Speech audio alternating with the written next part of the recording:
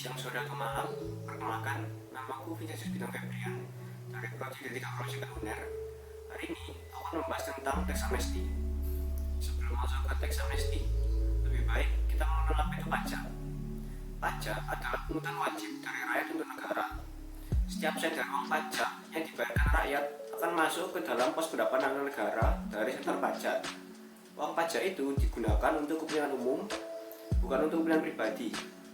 Pajak merupakan salah satu sumber dana pemerintah terbesar yang untuk mendanai pembangunan di pusat dan daerah, seperti infrastruktur, membiayai anggaran kesehatan dan pendidikan, dan kegiatan produktif lainnya. Pemungutan pajak bersifat memaksa karena dilaksanakan berdasarkan undang-undang yang sudah tertera. Setelah kita mengetahui pengertian dari pajak, kita akan membahas tentang isu amnesti. Saat ini, masyarakat Indonesia sedang dihebohkan dengan beredarnya kabar bahwa di Indonesia telah diberlakukan dengan amnesti pajak.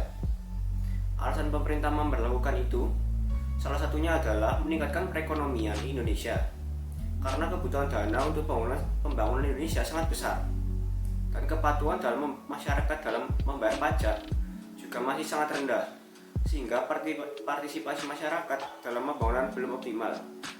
Di samping alasan tersebut, kita tahu bahwa Indonesia merupakan negara dengan tingkat perekonomian yang masih rendah jika dibanding dengan negara-negara yang lain. Oleh karena itu, untuk mengatasi hal tersebut, pemerintah memberlakukan program pengampunan pajak atau biasa disebut amnesti pajak.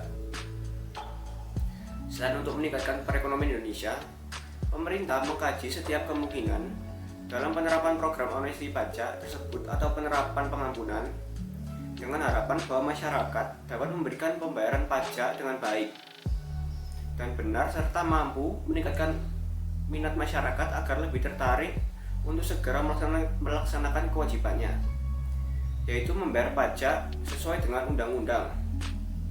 Bagi kalian yang belum mengetahui amnesti, amnesti adalah program pengampunan yang dikeluarkan oleh pemerintah untuk wajib pajak, meliputi penghapusan pajak yang seharusnya terutang, penghapusan sanksi administrasi, serta penghapusan sanksi pidana di bidang perpajakan atas harta yang diperoleh pada tahun 2015 dan sebelumnya yang belum dilaporkan dalam SPT.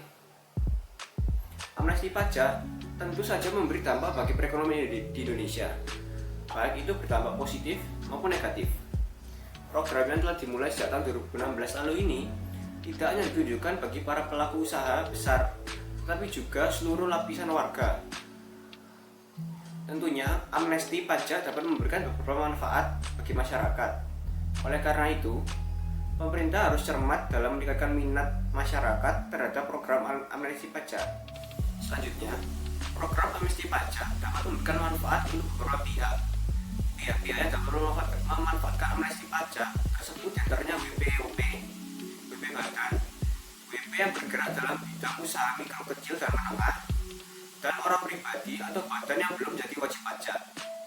Manfaat amnesti sendiri dirasakan oleh pemerintah, pengembang, investor, dan beberapa lainnya.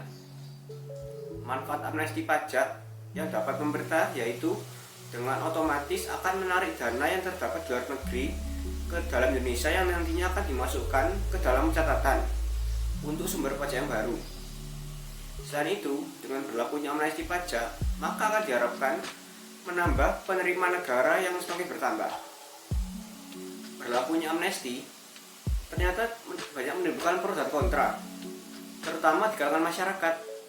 Tidak semua masyarakat menerima kebijakan amnesti tersebut. Alasannya, karena kebijakan amnesti pajak awalnya diperuntukkan kepada pengembalian uang rupiah yang berada di luar negeri atau di luar NKRI. Nah, beberapa kubu yang pro terhadap amnesti pajak adalah masyarakat yang memiliki harta, penghasilan, dan usaha di atas rata-rata. Karena amnesti pajak sangat rendah bagi kalangan atas, sehingga banyak membantu masyarakat yang memiliki uang dan harta yang berada di luar negeri. Namun, ternyata kebijakan pemerintah belum mampu mengembalikan uang mereka secara maksimal. Dan di kubu yang kontra, ada beberapa masyarakat dari golongan kelas menengah ke bawah karena mereka beranggapan untuk diwajibkan mengikuti program amnesti pajak yang akhirnya mengakibatkan seluruh masyarakat mau tidak mau harus menyetorkan SPT tahunannya. Sehingga perihal tersebut membuat masyarakat merasa resah dan berat untuk melaksanakan program analisis pajak tersebut. Nah, setelah membahas pro dan kontra, kita akan membahas tentang tax amnesty yang berpotensi ke luar negeri. Menurut kabar, dana repatriasi dari program pengampunan pajak atau tax amnesty senilai 141 triliun berpotensi keluar Indonesia dalam beberapa waktu ke depan. Pasalnya, masa repatriasi tersebut atau penahanan dana selama 3 tahun dilaporkan pada Juli-Desember 2016 akan segera berakhir. Berdasarkan pelaksanaan tax amnesty, jumlah harta yang dilaporkan menurut data mencapai 4.295 triliun dengan total 638.023 surat pernyataan harta.